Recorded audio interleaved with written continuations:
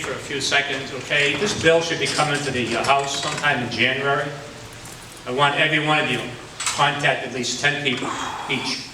There's over about 100 people here tonight, talking about 1,000. In January, it's easy to do. You go on the internet, there's a complete Excel list of all the representatives. All 400 of them. You email them, you call them up.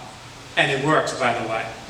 Okay, there was one bill I got over 850 emails, just emails, forget the phone calls, on one of the bills that I got.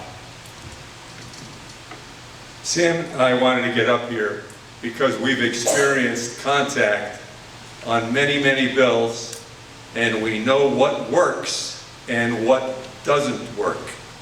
So one of the things we'd like to suggest to you is please stay away from generic emails. We do not read them, and our colleagues do not read them. If you want to send an email to a legislator, make it personal, make it brief. Brevity counts. We often just read the first sentence or two, and we know what your opinion is, and we appreciate it greatly. Length adds nothing. It means that the delete button gets hit almost immediately. And letters, letters to an editor or a brief note. I greatly respect people who drop me a note, a handwritten note, that's maybe only one or two sentences.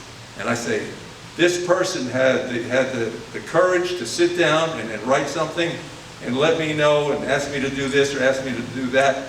That's the way to do it. Personal, and then go eyeball to eyeball with them. If you run into them at Lowe's or Home Depot or wherever it is, that counts for a lot. So the how you make the contact is often more important than what it is you have to say. Sam? Again, don't use generic. I'm serious when I say that. In other words, you're copying somebody else's words. As soon as we see that, it gets thrown away. Immediately. And I hate to say that, but I've thrown many away. I was in the Concord today, and there was a letter, handwritten, okay, about this bill. They want me to support to get rid of it. Do it. So I got my secretary and it says, do me a favor. These are the words I want to use. Respond back to this individual. And that's what we do in the Senate, and that's what we do in the House, by the way. If I get a letter from you, I will respond back. My secretary will type it up, but it's my words. Okay, so remember that. We don't use anybody else's words, we use our own words. And it may be different if I respond back to any one of you individually. Okay, so be aware of that. So thank you very much for being here tonight, and thank you, Brother.